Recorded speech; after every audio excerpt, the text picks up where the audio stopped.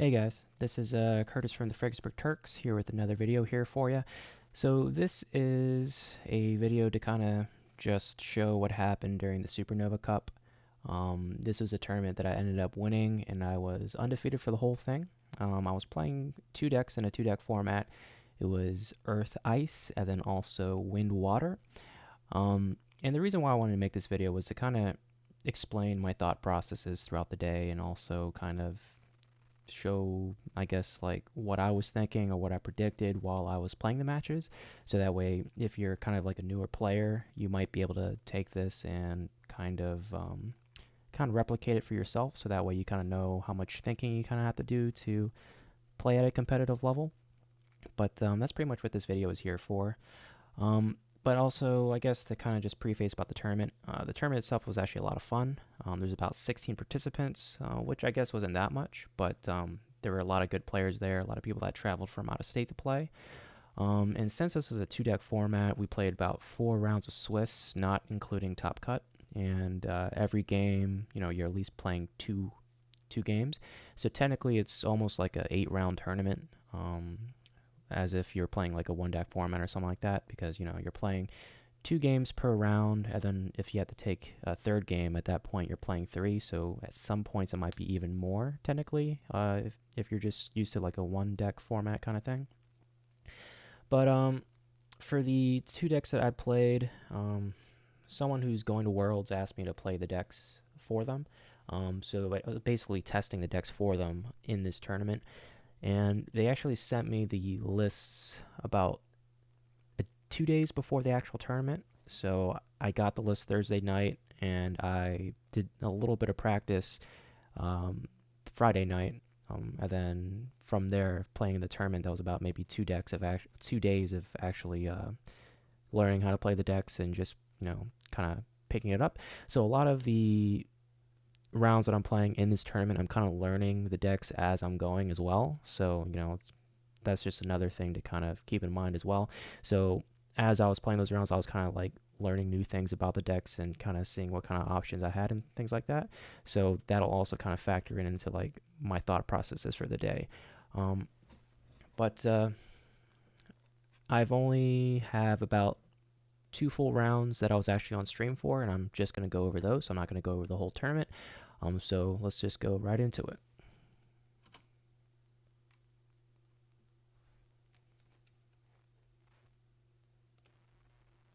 Go ahead and reset the timer. Stop the timer. Reset the timer.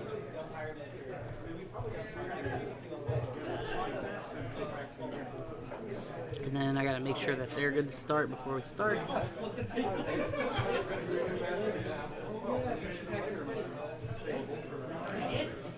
So, yeah, let me go ahead and tell them that they can start. Should be good. Be right back. Can you give them the thumbs up? Just tell them. Okay, they're good. They know they know they can start.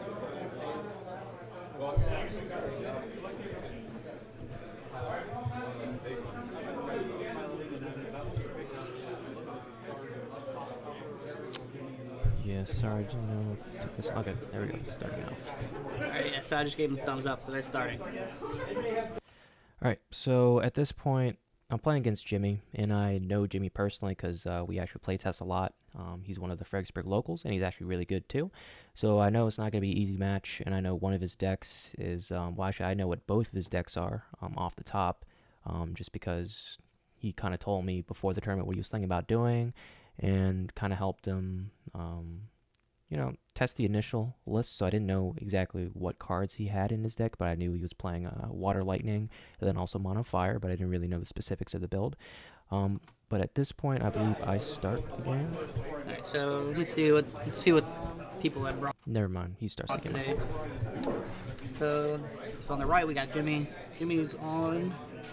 Looks like Mono Water. And I know that's Water Lightning. Alright, so at this point in my hand, I'm pretty sure I have Shantoto, Noctis, and then I also have a Devout, I believe. So I pitched the Renoa, hoping to set up the Devout later on because I know Renoa is going to be like really, really good for future plays. And Obviously, the Jill Nabat's a really good card, and I opted to play that first because he's playing Wind Lightning, and then also I know he's playing Facilias too. So if I can get that down early, then no matter what he does with Facilia, it's just not going to be anything, and I don't have to worry about my forwards dying, basically. And Mono Fire? Yeah, so Jimmy's on Mono Fire and Water Lightning. Pretty interesting. Curtis is on Earth Ice, I believe. Earth Ice, yeah, he was messing with. All right. If you're actually there, as soon as he dropped the Alua, my eyes fucking rolled. I hate this fucking card so much. Should we go? Mono... Or no, Water Wind. Water Wind. Alright, so at this point I draw into Sephiroth, and obviously Devout into Renoa when you play Sephiroth is really, really good. If you're able to pop both at the same time, you're obviously going to be discarding 4 cards, and at this point Jimmy has about four cards, I believe, in his hand. So if he doesn't really play anything, or if he plays 1 card, like a 3-drop or something like that, or discards a card to play a 2-drop, you'll still have 4 cards by the end of the turn. So at that point, if you're able to set up accordingly for that kind of play, then that's, what's going to be best. And at this point, I believe I drop a Noctis, just because obviously I don't want to be taking a lot of damage, and Alua itself is pretty good because with the spell shield, so I have to find some way to pop it. So the simplest thing is to play Noctis. I can either block or take the point of damage, and when he triggers, both are going to be able to trigger at the same time, so I can use the first one to kind of pop the shield, because it's not going to do anything since I'm not at 6. And then the second part of the effect, I can do the fight effect and basically just kill Alua for him swinging. But we'll see what I do. Yeah, so should be pretty good. Yeah, so Curtis starting out with the Jill. Seeing a lot of play right now because of all the facilities running around, and then followed that up. Yep. So I end up playing the Noctis, and I get rid of the Cecil because obviously Cecil's not going to do anything right now. If you're a newer player and you're getting into the game, sometimes you might be wondering, like, what cards do I pitch in the start of the game or as the game progresses. In this case, you usually want to get rid of your high-costed cards early, and especially like Cecil, he's a 5-drop, so he's not really going to be doing too much right now. And if I want to play him, I have to discard 2 cards in order to play it. Also, his effect is really dependent on the amount of damage that you've taken. So at this point, I only have 1, and I'm not going to just continue to get hit. At least I don't plan to. So he's the least useful card in my hand. I'm going to be keeping the Sephiroth. I'm going to be keeping the Shantoto. I'm going to be keeping the other cards there too. At this point, we'll see how Jimmy responds. Up with a Noctis. Looks like Jimmy, go ahead and say he swung already with a Lua, so let me go ahead and update the damage. Always love that first turn, Lua. It's pretty strong. It's fucking annoying too. So, I mean, pretty good start though. Jimmy's got his unit down, and Lua. Looks like we're... Alright, so at this point, I think this was a misplay on my part. So I remember what happened here. He swings with the Lua, I take the damage, and like I said before, you can use Noctis' effect to break the spell shield and fight. I should have just blocked it. I don't really know what I was thinking. I guess I thought that he might have like a Cyclops or something, so it might be safer to take the damage, but now that I think about it, if I take the damage and I try to fight and he ends up doing the Cyclops or whatever he does, it's still not a good situation, and at this point, just block it. If he doesn't have anything, then I just kill the Lua. There's no use of taking an extra point of damage. This was definitely a misplay on my part. Not really too sure what I was thinking at this point, because I know he plays a Choo-Choo at this point when I take the point of damage and they end up trading. So I might as well have just blocked in the first place, but I'm not going to use his effect to keep him alive because I'll just be behind at that point, and that's not really good. A swing with the Lua, and he's going to let it go through. That's a Noctis, and he's going to have them fight, which is going to fizzle, right? He should. Yeah, so if I had another forward on board, it might have been a good idea to just take it. Well, no, actually, if he had another forward on board, it might be a good idea to just take it and, fight the other one. But I definitely regret taking that point of damage because that Noctis could have been better in my hand for the follow-up turn. If he had something and I could just play it again, and now he's facing the same situation. And at that point, I can take the extra point of damage because I'll only be at 1. And then, if he has something, then he has something. But at this point, since he was going to play a card to get rid of my card, I might as well just blocked it in the first place and not take the point of damage. no. but it resolves before. Well, no. I think I think Noctis targets even if he doesn't have 6 points of damage. Yeah. So that fizzles the Alua shield. Let me But double. it's an expert, so it would go off before the shield anyways. Well, but the Noctis EX burst doesn't do anything because it only does something on 6 points of damage. Oh, he's talking about the Noctis on the field then. Gotcha. Yeah, so I think Noctis does target no matter what, even if he's not at 6, he still targets. So it lets you remove the Alua shield. And giving him, and so he fanfared on top of that anyways. Did he fanfared or choo-choo? Okay. No, he fanfared it. Kurtz decided to fanfare it. If he was going to lose anyways, make him lose his other one. So now Curtis has a few options in hand. I think I see another Noctis in there. See a Shantoto. Yep. So, I really wish I didn't take that point of damage, because I could have dropped the Noctis and played Devout on the same turn, and that would have been really, really good. But at this point, since I don't really have too many... I have a lot of options technically, but he hasn't really done anything, so the Alua's off the board.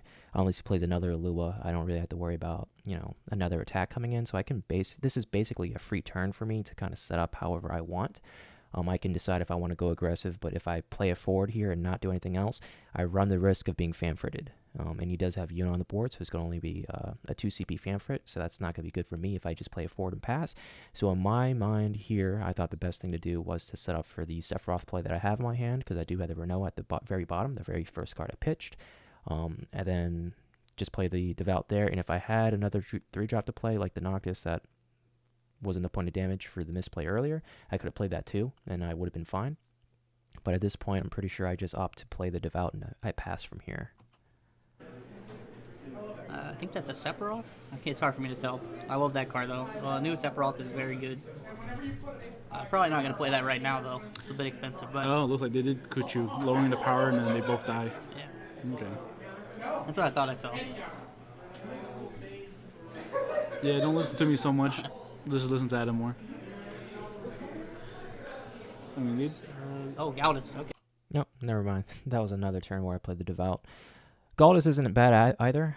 So in this situation here, the situation where I said that fanfrit's a bad idea is actually not that bad anymore because of Galdus. So if he wants to fanfrit me, he's going to have to lose a card as well. So that's going to be ending up becoming a 4 CP fanfrit, and I'm okay with that. And I guess I was okay with just playing that and not playing anything else either.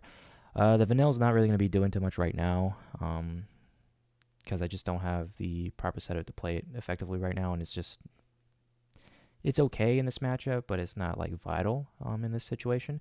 But Gallus is a good forward. He's gonna be 8,000 power. It's gonna be hard for Jimmy to kill it.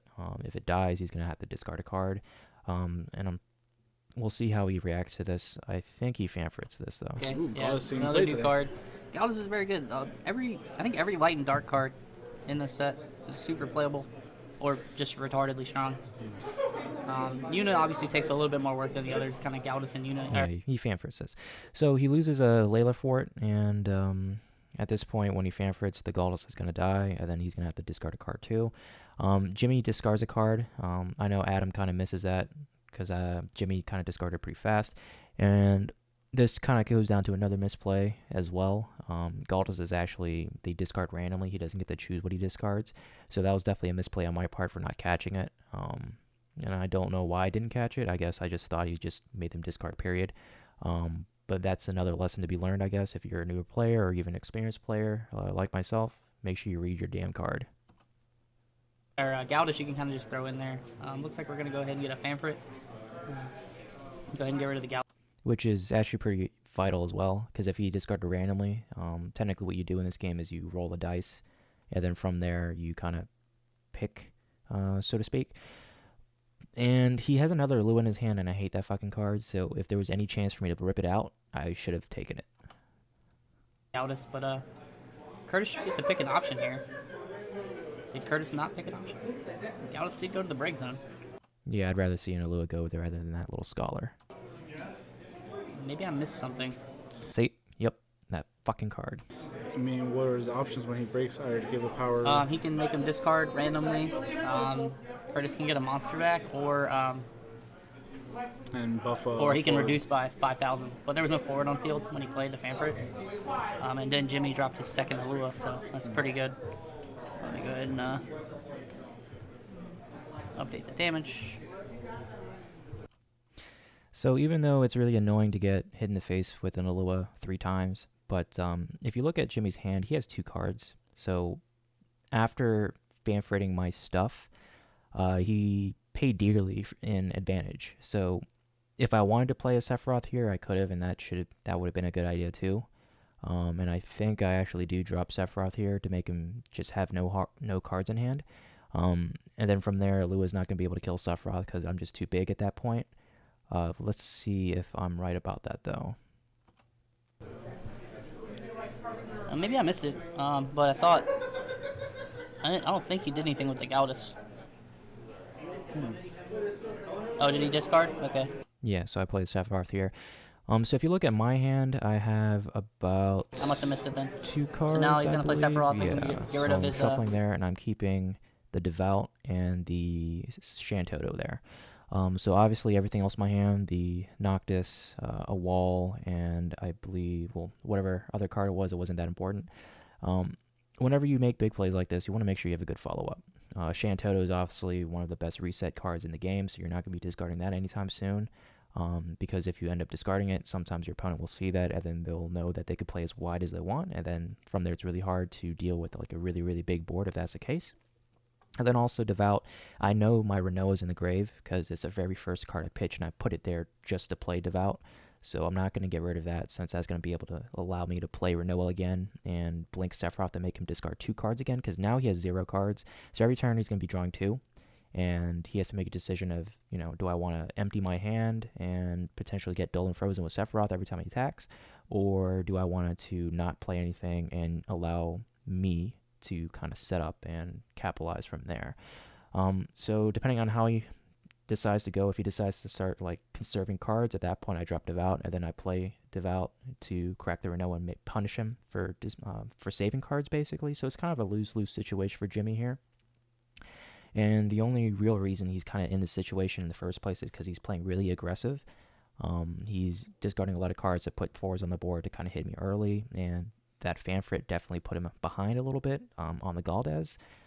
And I kind of understand where Jimmy's coming from too, because I mean it's a really big forward and you don't want to deal with an AK Dark guy, but at the same time you're losing a card for getting rid of him, so I don't know if I would have made that same play. And then also just kind of have to play the value game in a lot of situations here. So if you look at Jimmy's board, he has 2 cards and 0 cards in hand. If you look at my board, I have 2 cards and 2 cards in my hand. So I just have more options than he will for the entire game. So in my mind, this game is pretty much won. Unless I fuck up royally, I shouldn't be losing the game. A lot of new players, they kind of freak out when they get hit in damage-wise, and obviously I'm annoyed that I'm at 3 points of damage, but I'm not worried that I'm going to lose anytime soon, because you really don't lose in this game until you're at 7. As long as you just don't take damage for no reason, which I did before, but as long as you can avoid that and not make any more mistakes, you're able to kind of capitalize and come back. The rest of his hand. Sephiroth can break Alua's shield every turn because he also gets to choose no matter what. Looks like we're playing the Lulu, so. Alright, and he opted to empty his hand and basically passed. He didn't want me to hit him the next turn, and obviously he's not going to swing into me with no options. So at this point, it's kind of up to me to decide how I want to respond. There are plenty of things that I could do, and I'm pretty sure I draw into a Genesis next turn. If Curtis can break the shield on the Alua, he's going to get to dull and freeze it. Let's see, so I have a Shantoto, Devout. So I see a Genesis, but you'd have to kind of pay from Genesis hand. my hand. I see a Devout, which might be the play here. Yeah, so I have 2 Devouts in my hand. I have Genesis, and I have a Shantoto, and I don't remember what the other card is. I think it's a Heka. Can't tell what the other cards are, but if he does have a way to get Alua at least like delay her by a turn, because right now, if he's able to break her shield and Sephiroth attacks, Oh, it's a wall, I think. he's going to get the dull and freezer. So let's see what happens. Yeah, what's up, Lockwood? Oh yeah, let me update the round. I'm stupid.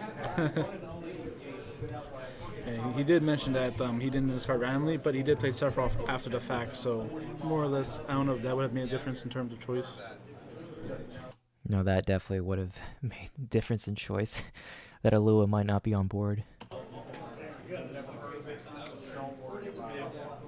Yeah, I mean, at this point though, like the game's kind of gone too far. I can't rewind back to the point where they didn't randomly discard. I don't really think I can do much about it. Alright, so I opt to get rid of one copy of Devout and the Wall in my hand in order to keep the Genesis and also keep the Shantoto. Obviously, because, like I said before, Shantoto is a really good reset. Even though he doesn't have a big board right now, I don't have to discard it, so there's really no reason for me to get rid of it. The Wall I can bring back with Devout if I really need to, so it doesn't really matter if I pitch it. And the other copy Devout, I'd rather keep the Genesis in my hand. Just because of how I'm planning to follow up. So if Jimmy decides to play nothing, play something, he's going to be left with no cards in hand still. And if he plays like a backup or something like that, or he plays like a 3CP backup or like a C3P forward, at that point he'll have no cards, and that allows me to kind of do whatever I want. So by playing the Devout, I'm set up to play the Genesis next turn without having to pitch an extra card, obviously because of the 2CP the backups provide, and then discarding the one card from my hand. So if he plays like another forward, at that point what I can do is I can play the Genesis. I can actually hold on to the Genesis. I could swing with Sephiroth depending on what he plays. The other forward, it might not even matter. So I might like swing, target the Lua to get rid of the shield, and at that point he decides if he wants to block with something. If the point of damage goes through, then just play Genesis at that point, and then don't freeze the Lua since the spell sheet's gone, and then I don't have to worry about that next turn, and I don't have to worry about it trading. But that's basically why I played the Devout, and then also to set up for Renoa plays also. So if he decides to hold his cards, at that point I can do the Renoa, bring back the Sephiroth and make him discard the 2. Or if he decides to play something, I can play semi-aggressive and get rid of the shield and play the Genesis, or seeing how everything turns out.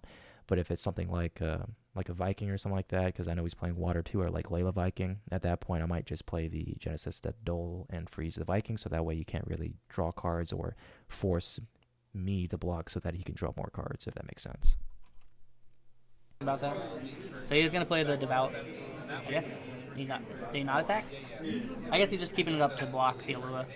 Yeah, that's exactly the reason. I don't want to take more damage than I need to, and I know for a fact if I swing with Sephiroth, he's gonna swing and with the Lua and hit me again, and I don't need to take any extra damage like I have already with the second point. If Jimmy keeps playing Hellbent though, he has to be wary of Sephiroth. Looks like we're gonna go get Fanfrit possibly.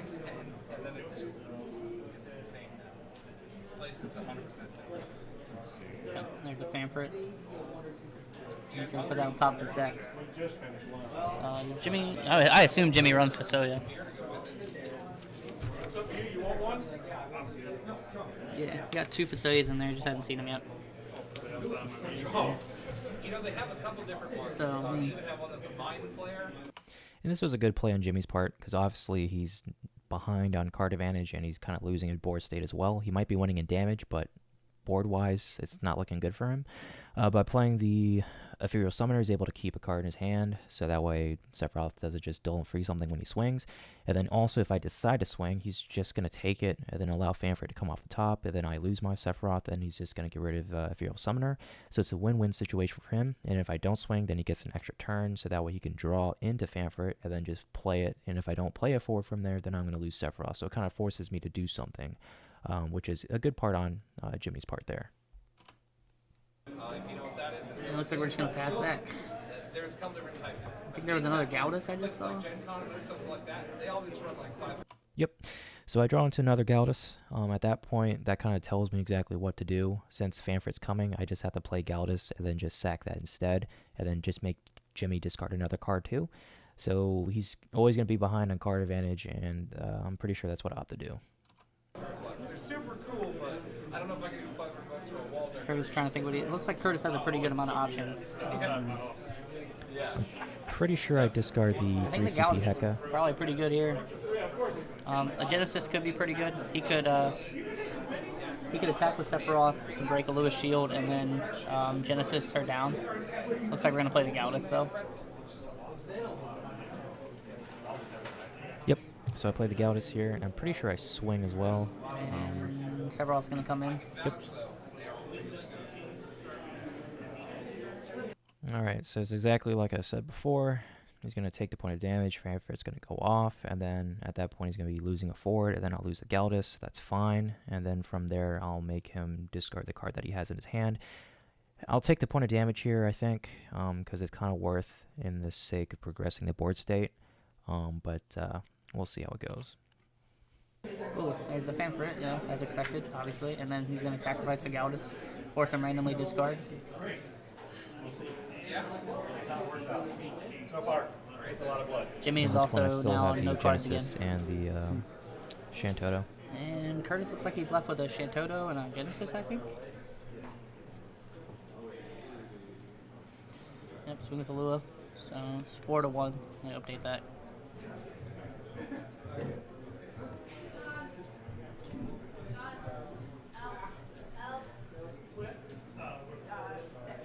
See what else he's got. So we got a Viking. That Viking's gonna get dull and froze though. Yep.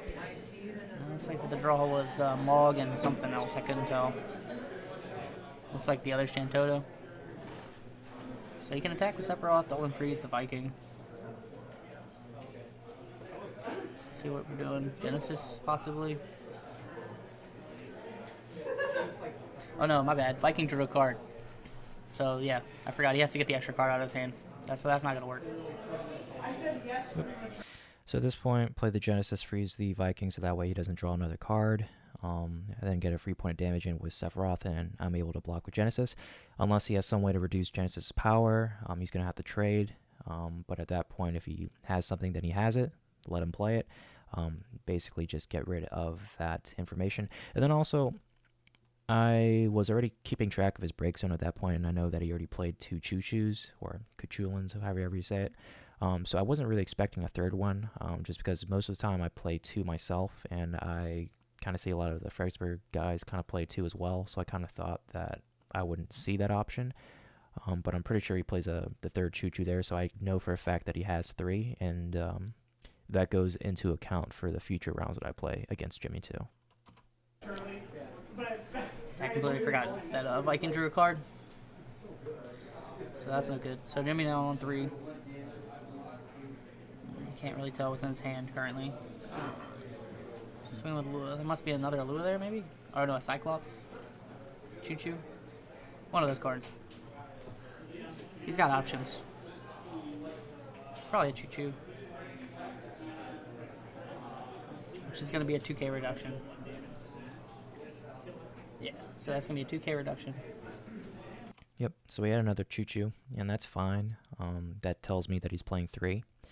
So I can use that information for future games against him if I play him again in the tournament, or if I have to play against this deck again within the same round, because it's a 2-deck format. And then also we got rid of a Poo-Poo there, so I know that that's one draw option that's off the table, and that kind of tells me more about like how many cards he's playing, what cards he's playing, and then in the break zone, I'm pretty sure there are 2 Alcids there. So that kind of tells me that his options might be limited depending on like what forwards I play.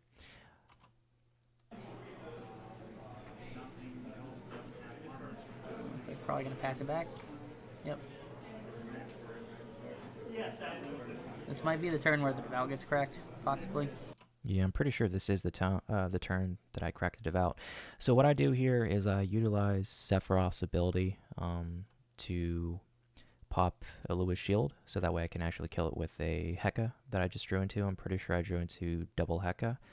So I have double Heka and double Shantoto in my hand. I'm pretty sure I pitch one of the Shantotos because I don't need 2 of them. I just need 1 to play the Heka, so that way I can hold on to the second one for future plays. So I swing in, break the Lewis shield, play Heka to break it, and then I crack the Devout to play Renoa, which I've already played, and I know it's the first card I discarded, so I know that option's there. And then I blink in Sephiroth, make him discard the 2 cards that he has in his hands right now, so that way he's back at ground 0, and I have a 7k blocker that he's going to have to deal with too. Just bring back Genesis again. I'm not sure there's other targets in the break zone right now. But at least Genesis can keep his Viking locked down.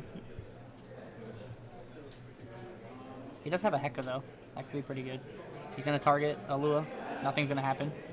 just to fizzle the shield, and then it looks like we're going to probably Heka. But he's going to have to pay from hand, because, yeah, Yep, and at this point, Jimmy might have been unaware that Sephiroth always targets regardless if they have a card in their hand or not. So he's probably caught off guard by this, and then that just goes to show how much reading you kind of have to do. Whenever someone plays a card, make sure you just either make sure you know everything about it or make sure you just read it real quick to see if there's anything that you missed. Because if he had an answer for this, you know, at that point, you might lock yourself out if you're not aware of it. So just be very careful about this kind of thing in the future. Sephiroth, he's basically what he's telling Jimmy right now is that Sephiroth always targets no matter how many cards are in hand, and then he checks at resolution, and if you have no cards in hand, then it's going to dull and freeze that target. That makes amazing. But Alua, I mean, he's just using it to break Alua's shield, so now he's going to Heka. And then he's like, right. Yep, so Jimmy's in a bad spot right now, because if you saw earlier, Jimmy picked up his break zone to kind of look through all the cards, and he realized that 2 of the Laylas have now been played. He discarded a Layla earlier to play the Fanfrit to kill the Galdes earlier in like turn 2 or 3, and that kind of locked him out of all the recursion that he always has with Lightning Water. So he has the Vikings obviously to draw cards if he has the Layla, but now he only has 1 Layla left in deck. And seeing the other Layla come off of damage is probably what prompted him to pick up the break zone and kind of look at it.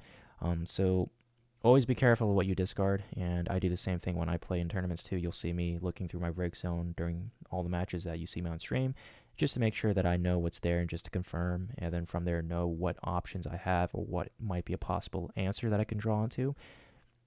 Because, you know, if you're looking for, like, let's say like a wall to win you the game, or you need a wall to win the game, there's no point of hoping to draw into it if you never check your break zone or your damage zone, because they might all be there in the break zone or the damage zone, and then you might be holding on to some card you'll never see. So you just have to be aware of, you know, what's in the break zone for both players, what's aware in the break zone, damage zone for both players too. You just always have to be constantly scanning, and that's probably one of the best ways that you can improve your game just from the start. Back to the Val, get the Genesis back, and maybe freeze, or is it going to get the Galdus? I'm not sure what the target is here. Yep. Renoa. Oh. So like I said, I always knew that the Renewal was there because it's the very first card I pitched. And try to memorize as much as you can what's in your break zone, because sometimes your opponent can use that against you.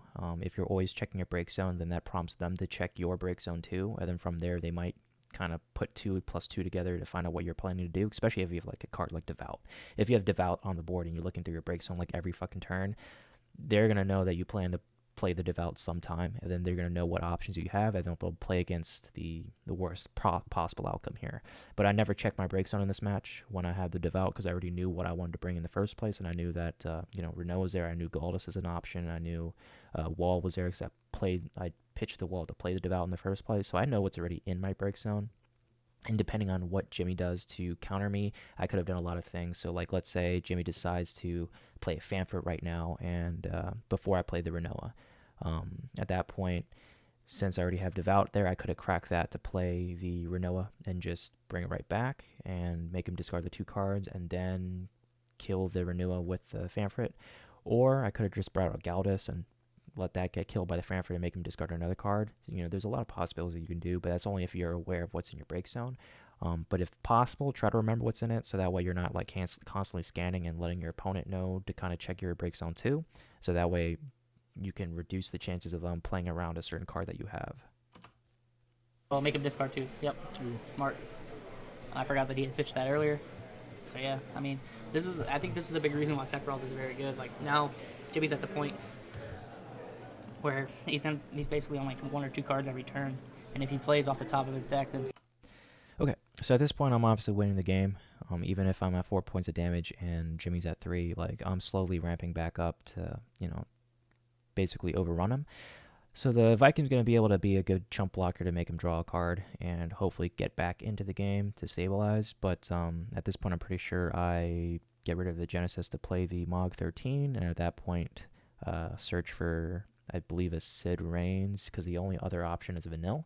But Vanille's not really going to be doing too much in this matchup, in my opinion, because I already drew into 2 Hekkas, and I already discarded 1 Hekka too. So that's 3 Hekkas there, and I know the deck has a certain amount of Hekka constructs. There's only so much that you can play in the game, so I know I'm only going to be able to use it like maybe twice at best. So it probably wasn't the best option there. And he's playing a lot of weenies, so Sid Reigns can punish him for deciding to swing, and he's just going to be losing more cards, and it might deter him from doing anything else. Sephiroth's going to dull and freeze every turn, and that's just going to be bad. So we're going to swing with Renoa. It's going to put Jimmy to 4, and see if he swings with Sephiroth. Nope, hopefully he just swung with Renoa and went to next turn. Yeah, it looks like he's going to main 2. So we're going to play Mog. Orphan, maybe? Who's the pull here? Oh no, Sid Reigns. Okay, no Orphan in the deck, I guess. Probably no Orphan. Sid Reigns is good too, though, because now if the Viking tries to do anything, Sid Reigns is just going to get him and then make. Yep. So like Adam said, swung with the Renoa first because there's no point to play the backup and search for a card because Jimmy hasn't really done anything, so there's nothing to really play around or respond to. So swing with Renoa, see what he does. He doesn't block it. I thought initially that he was going to block it and just draw the card, but he decided not to. So I just got a free point of damage in. Basically, there's no need to swing with Sephiroth because I don't plan on playing another forward, and I don't want to take another point because I still know that there's one more Alua left in the deck. He already played 2, so there's 1 more, and I don't need to take 1 damage from the Viking and then 1 from another Alua and put me at 6. That's just not something I want to risk. So at that point, just swing with Renoa, play the backup, search for another card, get the Sid Reigns to basically deter him from doing anything with that Viking, like Adam said, and basically just continue to ramp my resources up while Jimmy has to play catch up. Make him discard. Yeah, so Earth Ice is picking up a lot of steam. I blame Okimoto, though. He's kind of the pioneer of that deck, and now it's kind of catching on everywhere. It's been pretty popular here in Virginia. That and Earth Water have been extremely popular in our events, as well as Mono Water, obviously, which has won both events that we had. So, see what Jimmy answers with. Another Viking. Jimmy's sitting on 3 cards, I believe. He's going to pass it back. So. Yeah, so that was actually a pretty good play on Jimmy. So playing the Viking, he's just going to draw another card, and now if I swing with both of these and decides to block with both of these, he'll get 2 more cards back. So he'll be back at a full grip, basically kind of playing around the whole Sephiroth situation that kind of put him there in the first place. So it's a good way for him to stabilize and come back, and we'll see how I respond from there. So there's an Ultimecia, Time Mage. Ultimecia, another new card, pretty interesting card. Basically lets you pick 1 of 3, but if you're on 6 damage, you get to pick 2 out of 3. And then you back up. Yeah. Oh no, she's a forward. And then she's a forward? And then all the effects are pretty strong. Freeze all forwards, freeze all backups. So that's a burst. Seymour, he's gonna get a favorite and put on top of his deck. Jimmy hasn't seen a Fastodia though, which is kind of sucks. But he is keeping cards in his hand to fight the Sephiroth. Looks like Curtis has something at the end of his turn, maybe. Just a Time Age, and then he's going to pass. So, in this situation, looking back at it, I probably should have just played the Genesis and Dolan Freeze one of the Vikings, because I know that he has a Famford on the top, so he's going to draw into that. And if he plays that now, he's going to get rid of the Viking and draw a card.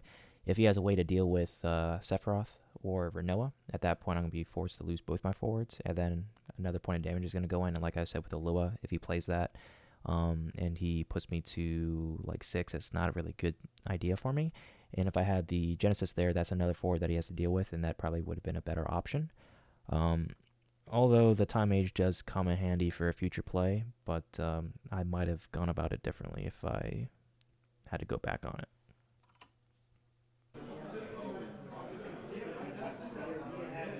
So, I mean, Jimmy has these Vikings, but they're not really threatening right now. Curtis knows he has a Famfrit, but he's just going to get rid of the Renoa if he decides to Famfrit here.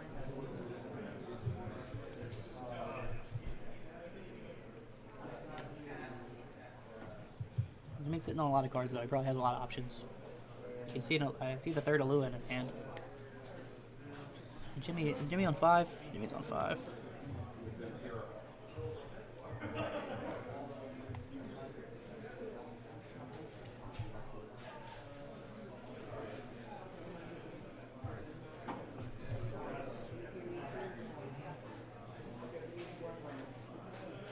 Lua, Alcid, looks like.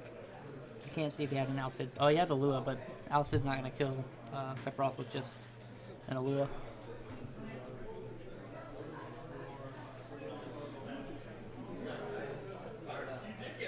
So let's see what Jimmy's deciding. I can't. It's hard for me to tell. So he's pitching fan 5 or something. Oh, it's a Thornton. It's Thornton. Is he going to search for Diffuse right now? He's hitting Black Wolves. Black Wolves. Oh, okay. I guess he's setting up for Alcid. He's basically trying to get his Alcid target now.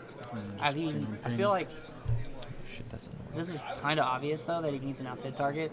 I think at least from, I mean, I can see that he has it like from my position. So I think if Jimmy doesn't play it here, yeah, then he's just not gonna get to play it. Yeah, so that was a good play on Jimmy's part. If he did not play the Alcid that turn, he definitely would not. He probably would never be able to play the Alcid because I just had to play around it. In this situation here, he's going to hit me for 2 points with the 2 little Vikings, and that's going to be really annoying. That puts me at 6. Definitely not the best situation to be in. And if I didn't take that point earlier with the swing on the first Lua when I had knocked us out, I wouldn't really be phased too much. I'm still not phased personally, you know, because I haven't lost the game yet. It's just annoying, and I held on to that Shantoto for this exact kind of moment, so I should be okay. And playing this game against Jimmy, all the cards that he's playing and all the cards he's discarding kind of tells me like what options I have to worry about. Looking through the list of what he's played already, I, you know, made the educated guess of Alua being the only real haste giver in the deck. That's the last Alua that he just got rid of, so I don't have to worry about it. And I'm pretty sure that's the last Fanfrit that he just got rid of, so I don't have to worry about that either. So if those forwards go away, I have a turn to at least set up and come back.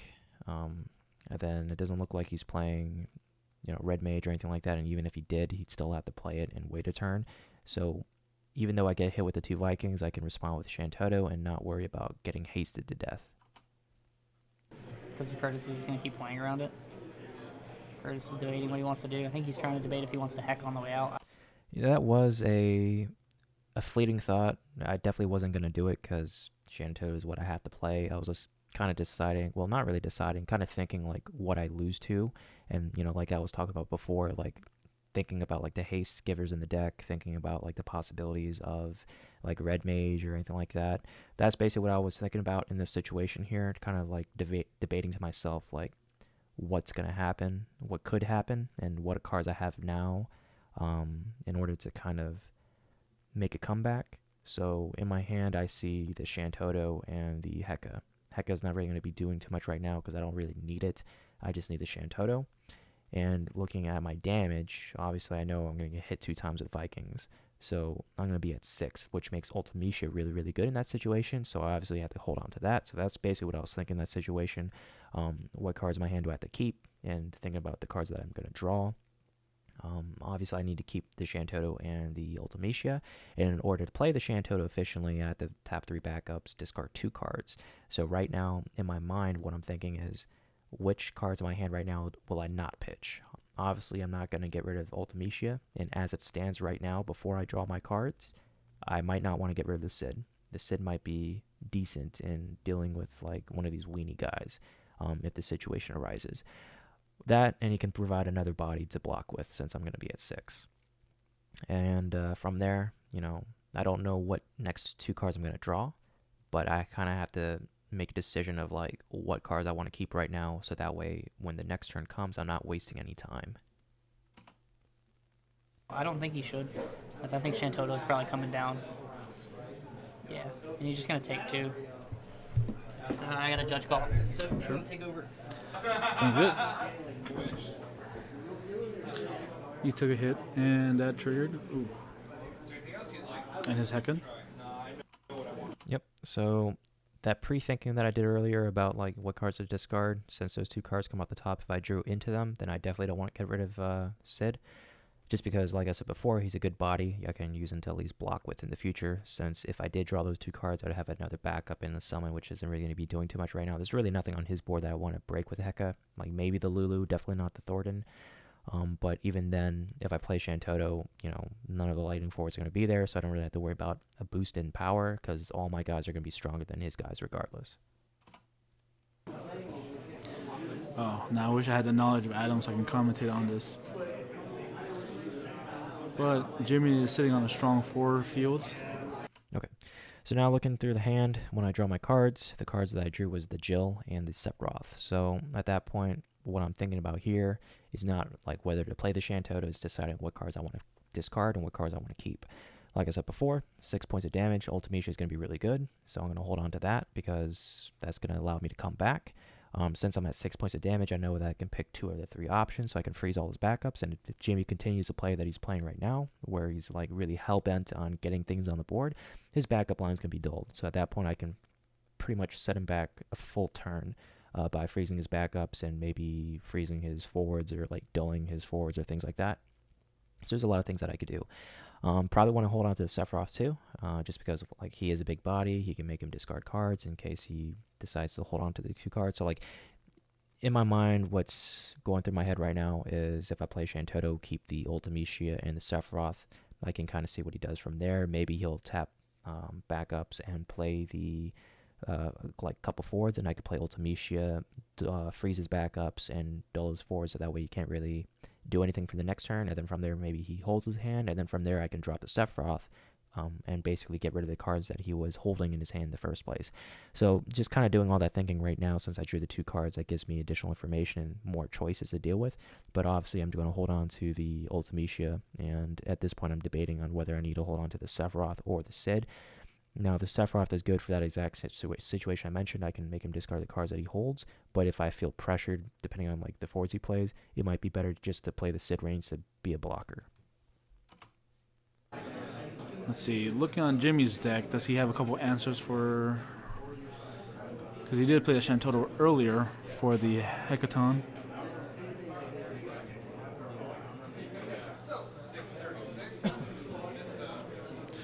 Now, I'm not sure if Curtis can actually search. Oh, there's that search.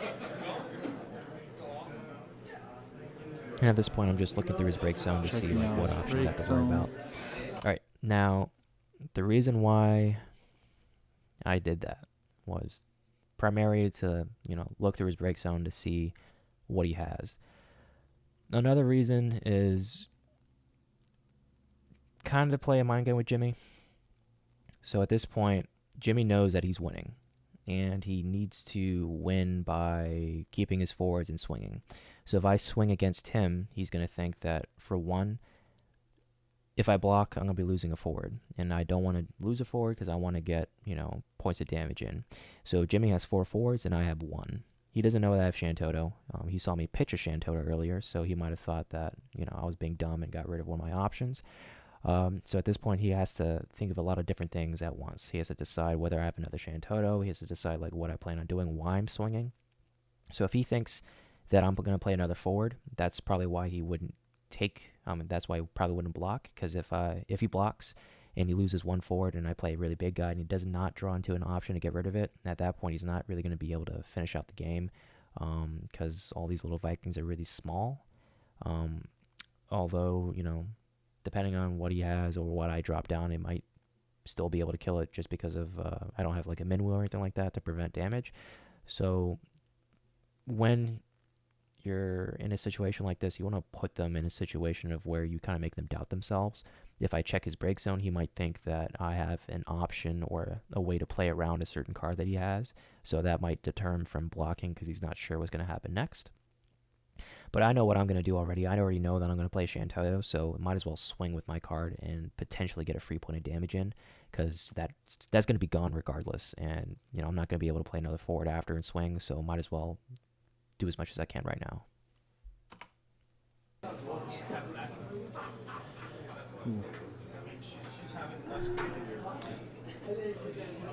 Sorry, judge question. Gotcha. Not much has happened so far. He's swinging with the Renoa. Yeah, because the Shantoto's coming down now. Absolutely. I think all the Aluas are gone though, so I'm not sure if Jimmy has any other haste. Yep. So when I play the Shantoto, I get rid of the Jill and I get rid of the Heka. And the reason for that is I don't really have any other options. Well, there's no other cards I'd rather discard because those two cards are the most useless cards in this situation right now. I already have a Jill. Don't need another one. And the only two Earth cards in my hand were the Shantoto and the Heka at the time. So obviously I had to get rid of the Heka to be able to play the Shantoto in the first place. So, those are just the best cards, and at this point I'm able to set up with the Ultimecia next turn or with the Sephiroth, depending on what he does. Stealth. Yep, there's the other Shantoto. But I mean, it's an extremely close game. It's a 6-on-6. I don't think that Curtis has any haste in his deck. I mean, unless he's running Squall. Yep, so I don't have any haste, but I do have 3 forwards that I could potentially use depending on what he does. So I still have the Sid, still have the Sephiroth, and still have the Ultimecia, and I'm going to play Ultimecia next turn because it's really, really good. I'm going to be able to freeze his entire backup line. So, or maybe if he doesn't play anything, he has 2 cards in hand, and I could just drop the Sephiroth. But Jimmy would have haste here for the win if he has it, but I believe we've seen all the Aluas. I'm not sure what other hastes he runs. So we're just going to Layla Viking. Yep. That's still going to put There's the pressure. Fasolia. A little bit too late, though. And Ephemeral. Does it have a target? He has a... Oh, no, you can't get that. That's not a water summon. Hold on. I'm going to put a pause on them. Yeah, so at this point, I'm just counting the cards left in his deck because I want to be able to know, what other options I have to win.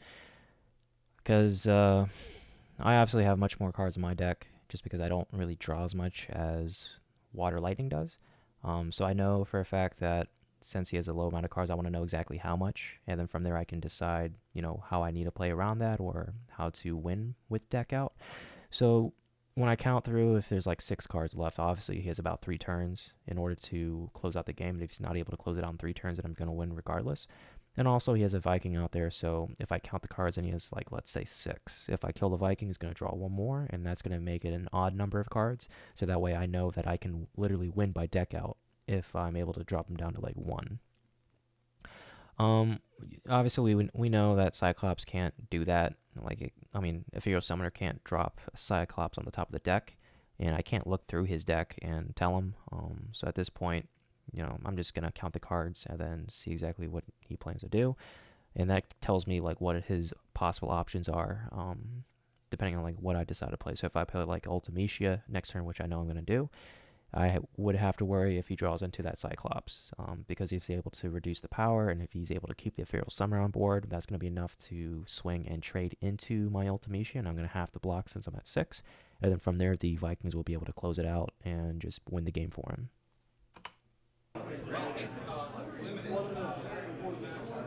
Oh, looks like he's changing targets.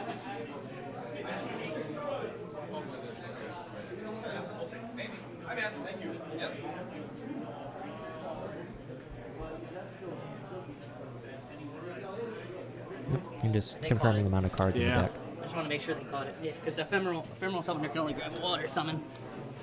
And he tried to grab a Cyclops.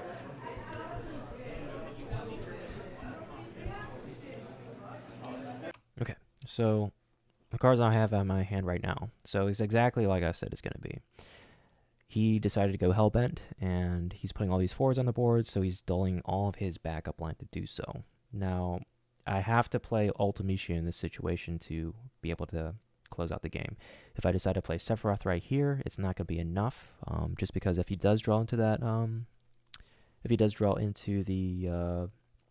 the Cyclops, he's going to be able to reduce it, and he's still going to get a point of damage in with either Lila or the Viking, depending on how he decides to party or something like that. So that's not good enough for me. What I have to do is I have to at least kill one of them off the board and possibly put another blocker out so I can survive. So in my mind right now, what I'm going to be able to do is play the Ultimecia, and since I'm at 6 points of damage, I'm able to do 2 out of the 3 things on the card. So she's able to freeze all the forwards or freeze all the backups, or she's able to dull 2 characters. So what I'm going to do right now, I'm going to play the Ultimecia, freeze the backup, so that way he's frozen for the next turn and he can't do anything unless he decides to discard cards from his hand. And then also I'm going to be able to dull 2 of the forwards, Gonna dull most likely the Ethereal Summoner and the Viking probably, just because if I leave Ethereal Summoner on board, she's the strongest forward technically, and if there's a Cyclops, she's going to be able to do 7,000, trade up to 7,000, so I want to be able to limit that as much as possible. Might as well get the strongest one out the way, so that way if Layla swings, she's only able to go up to 6. And then from there, I already have the Sid, and I've been keeping this entire time for this exact kind of situation, not only to be a good blocker, but, you know, combo it off of Ultimisha too, because I will be at 6, as I am now. And then if I play the Sid, obviously he's going to discard a card, and that's going to put him back even more. Still pretty firmly in control. I think Jimmy is in control right now. So I see he's got another Sephiroth, and he's got an Ultimisha. Ultimisha to freeze backups here might be something. But the problem is he's got to worry about this party attack or something that's coming through. Yep, so exactly as Adam said, I have to worry about the party attack coming through, so that's why I have to be able to play another forward and get rid of one of his. So if you look at my hand, I have a Yol in my hand, and you'll see that I kind of bunched the Sid as if I was going to discard it, and I wasn't really going to discard it. I was just kind of looking at my options there. Obviously, the best play to do would be get rid of the Yol, because it's a backup. Backup is not going to, you know, allow me to win the game. I need 2 forwards, so anything that's not a forward, get rid of it. So it's a pretty tough position.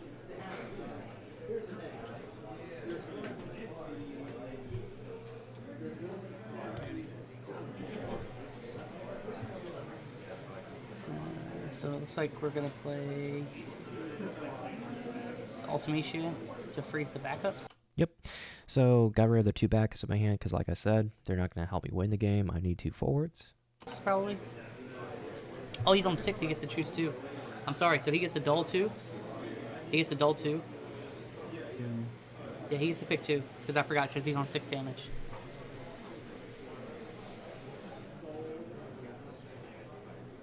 Yeah, he's gonna dull, and then. And you might be wondering why I might have not picked the Viking to dull and just getting rid of it with Sid Reigns. But when I counted through his deck, I think he had like 8 cards left in his deck or so that's still 4 turns. And even though I might be able to make him draw a card and put him at an odd amount of cards left in deck, it still might not be enough to win on that clock. So might as well just get rid of the strongest one to eliminate the option of that Cyclops.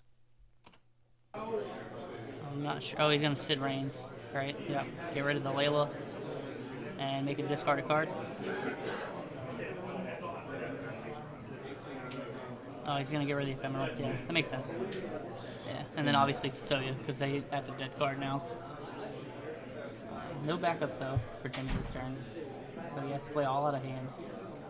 That's pretty tough.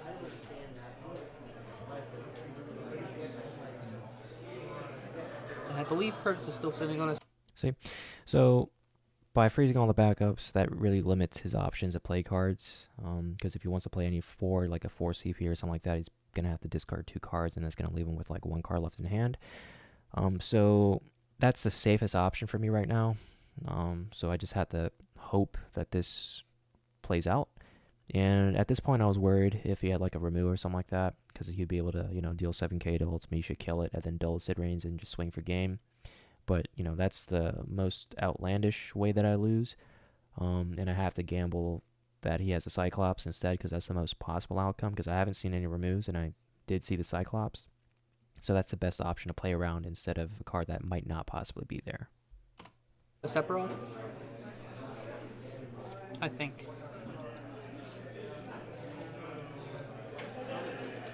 Which is going to just get rid of more cards, and then he can also... Now, Ultimisha, what's the 3 base was freeze backups, freeze forwards, and discard a card? I mean, he's probably going to Time Mage. Oh, that's a Ramza. Yeah, so I wasn't expecting the Ramza, and if he had 1 more forward on the board, that would have just been game, and I would have just lost right there. But thank God, you know, I was able to clear that forward. You know, if I didn't kill the mannequin, the Ethereal Summoner, I would have definitely lost right there.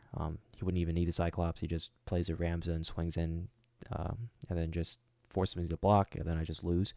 But because I did that, The Ramza was like at 9,000 power, so he's not able to really do anything. So it's still annoying to deal with because, you know, Ramza's pretty strong.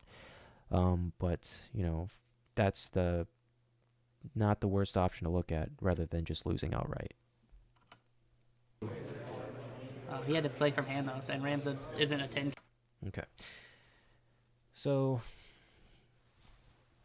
usually in this situation, I would say, you know, always think about what to do during your opponent's turn as well. But I only have a Sephiroth in my hand, and that's not going to do anything in this situation here. Like, he's not going to be able to do anything. He's just going to be a chump blocker, and the Ramza, if he's able to play any other forward after, it's going to boost him up to 10,000. It's going to be really annoying to deal with, and I'm not going to be able to do anything with any of my cards. So I have to find some way to get around this. I already know that I have Time Mage, so I'm able to blink back Ultimecia and basically freeze backups again and, you know, dull Ramza or anything else. But depending on what I draw, I might change the option from there, so... Okay, so Ramza right now is an 9K. He's a 9K, so he's 1K off. So what you do here probably is you attack with the Ultimecia maybe, but the problem is that Ramza is bigger right now. He can Time Mage to Dull 2 and Freeze 2. He can Dull 2 and then freeze those 2 forwards with Ultimecia, and then he could force him to block with probably Layla, I would assume. With Sid Reigns, since they're both on 6, he has to block. He does have he has a Cecil in hand. Okay, so I think he's trying to calculate if he has the CP to do this. But because if he Time Mages, that's going to tap out all of his CP. If he can play Cecil from hand, he can get rid of the Ramza, dull the and then dull the Viking and freeze it. Okay, so all that pointing and shuffling and all that stuff, I was just basically doing the math in my head. Like, I already know that I'm going to do Time Mage, and like Adam said before, like, I could swing with Ultimecia and then, like, Time Mage it and just dull freeze 2 things.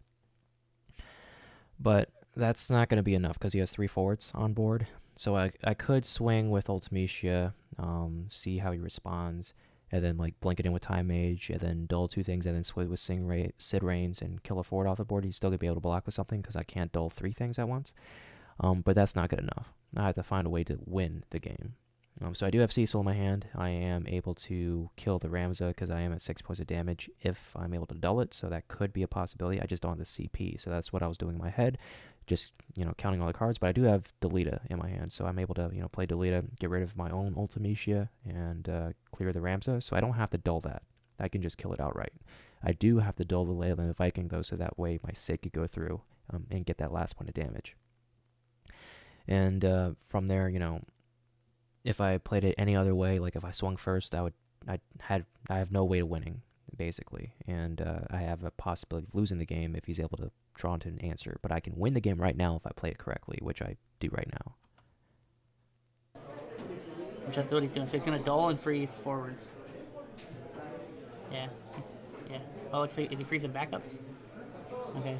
And there's Delita. He's going to break Ramza. Okay, so And that's a swing. he was probably 1 short of the Cecil then. Yep. Yep, so I was 1 short of the Cecil, and the Delita was just cleaner in this situation because there's nothing he could have done. He has no cards in hand, so he's not able to, like, play any options to get around whatever I play. But yeah, that's the first game, and then from there we play another round after that. But I'm going to go ahead and just leave this video as it is, and then we'll come back to the next round after. But thanks for watching. Hopefully this helped. If you're a newer player, hopefully it kind of showed you, like, all the, I don't know, strategy, I guess, that kind of goes into each turn, or like predicting what comes next. Because a lot of people, like at the local shop, you know, kind of ask for like pointers of like what they need to do to get better at the game or something like that. Not necessarily like asking me, but like just in general. And this is kind of like, well, yeah, I kind of have to do, like, you can't just, you know, sit there and just draw your cards and then just put cards down on the table. You kind of have to do like a lot of thinking between like either player's turn. You got to think of options that they might have. You got to find ways to play around it, and then from there you're going to be able to see your play get better exponentially. So hopefully this helped. You know, if you have any questions, you know, always just leave a comment and we'll get right back to you. If you like it, you know, like it, subscribe. Also, if you aren't aware, we do have a SoundCloud channel where we post weekly podcast episodes all the time. So if you like that kind of thing, sign up to that and just give it a listen, and maybe it'll help you out with other things too. But thanks for watching and have a great day.